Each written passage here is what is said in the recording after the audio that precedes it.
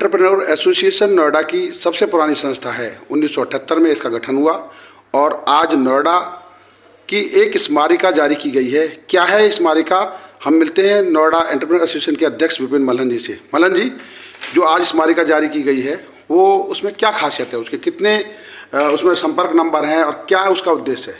नमस्कार जी। Noida entrepreneur association द्वारा जो आज ये औद्योगिक स्मारिका का विमोचन किया गया है, इसका एक मेन उद्देश्य ये है कि हमारे कई उद्योगपति दिल्ली, गुड़गांव, गाजियाबाद में जो भी वो वस्तु बनाते हैं, जिस प्रकार का भी वो उद्योग करते हैं, उससे उस उद्योग में आने वाली चीज़ों के लिए वो वहाँ पर निर्भर थे। अब तकरीबन नोएडा और ग्रेटर नोएडा के 11 साढ़े 11,000 उद्योगपतियों का डाटा इस स्मारिका में दिया गया है, जिसमें उनके फ़ोन नंबर, उनके कॉन्टैक्ट डिटेल, उनका एड्रेस, उनकी मेल आईडी सब कुछ प्रोवाइड करी गई है, ताकि जो भी उनको चीज़ चाहिए हो तो वो हमारे नोएडा और ग्रेटर नोएडा में आपस में ही उनका व्यापार हो सके। हमें बाहर जाने की कभी ज़रूरत ना पड़े, परेशानी का ना सामना करना पड़े।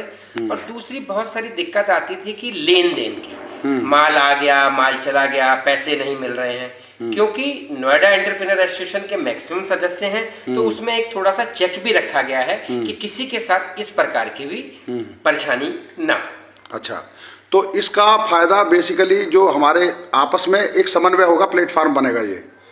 बिल्कुल जी, ये एक प्लेटफॉर्म भी बनेगा और लोगों को पता भी चल जाएगा कि जिन चीजों के लिए हम बाहर जाते थे वो हमारे ही शहर में बन रही हैं और वो उपलब्ध है। आपने बहुत दिन पहले एक डिमांड की थी कि नोएडा के प्रोडक्टों का एक ऐसा स्थल बने नोएडा में, जिससे कि कोई भी आदमी अगर दूसरे शहर से आता है या देश के या अंतर्राष्ट्रीय स्तर पर दूसरे देशों से आता है, वो आके वहाँ देख सके कि नोएडा में क्या बनता है। तो क्या इस तरह के प्लेटफॉर्म की अभी जरूरत महसूस है? अब जिस प्रकार से देश आईटी हब बन रहा है, पूरा विश्व अब सोशल मीडिया पे आ चुका है, तो जितने भी प्रोडक्ट हमारे गौतम बुद्ध नगर में बन रहे हैं, हमने उसके लिए कहा था कि एक डिस्प्ले सेंटर बनना चाहिए। पर अब धीरे धीरे वक्त बदल रहा है, समय बदल रहा है, तो लोग सब कुछ आजकल इंटरनेट के ऊपर ही देखते हैं। तो मुझे लगता है कि अब ट्रेंड चेंज हो गया है, तो शायद अब डिस्प्ले सेंटर की आवश्यकता नहीं है। सबके प्रोडक्ट ऑनलाइन है, हर व्यक्ति देख सकता है कि किसका प्रोडक्ट कहाँ बन रहा है, कहाँ नहीं। अच्छा, नोएडा में उद्योगों को काफ़ी प्रोत्साहन मिला है, तो इस समय जो नोएडा शहर की स्थिति है उद्योगों की, उसमें और बेहतरी के लिए क्या आप सुझाव देना चाहेंगे इस समय? मेरा तो बस यही सुझाव है कि कुछ कमियां हमारे नोएडा और ग्रेटर नोएडा में रह गई थी, जैसे कि कोई भी इंडस्ट्री बगैर श्रमिकों के नहीं चल सकती। श्रमिक भी हमारे ही बीच में से हैं। तो जो यमुना एक्सप्रेस नया बन रहा है, उसमें उनके रहने के लिए आवास, उनके बच्चों के लिए स्कूल, ताकि वो भी अपनी एक अच्छी जिंदगी जी सके। और मेन कारण इसके ये है कि जैसे अभी विगत में आपने 2 वर्ष पूर्व देखा था कि कोविड कोरोना आया, तो सारी श्रमिक यहाँ से अपने अपने घर चले गए। उसका मेन कारण ये था कि वो यहाँ पर या तो झुग्गियों में रहते हैं या किराए पे रहते हैं। अगर उनका अपना आवास यहाँ पर होगा तो उन्हें भी इस शहर से उतना ही स्नेह होगा जितना हमें है। तो इसके ऊपर आगे ध्यान रखना चाहिए। दूसरी कमी एक रह गई, यहाँ पर हमारी इंडस्ट्रियल रॉ मटेरियल मार्केट नहीं बनी, जिसमें जैसे उस प्रकार से हमने सेक्टर 9 और 10 को, क्योंकि वो 50 मीटर 100 मीटर के थे, हमने कन्वर्ट किया, जिसमें वो ऑब्जेक्शन है। तो भविष्य में जो भी इंडस्ट्रियल सेक्टर्स आए, इंडस्ट्रियल टाउनशिप आए, वहां पर ये जरूर देखा जाए कि उनके लिए इंडस्ट्रियल रॉ मटेरियल का कहीं ना कहीं प्रावधान है या नहीं। ये 2 चीजों के ऊपर ध्यान देने की आवश्यकता। अच्छा, अभी जैसे फेज 1 का एरिया है, जिस समय ये बना था उस समय काफ़ी चीज़ें थी कि भाई इंडस्ट्री क्योंकि आनी थी, लेकिन समय के हिसाब से जो चेंज हुए हैं, क्या फेज 1 में क्योंकि सड़कें छोटी हैं, इंडस्ट्री है, तो क्या उनका स्वरूप बदला जाना चाहिए?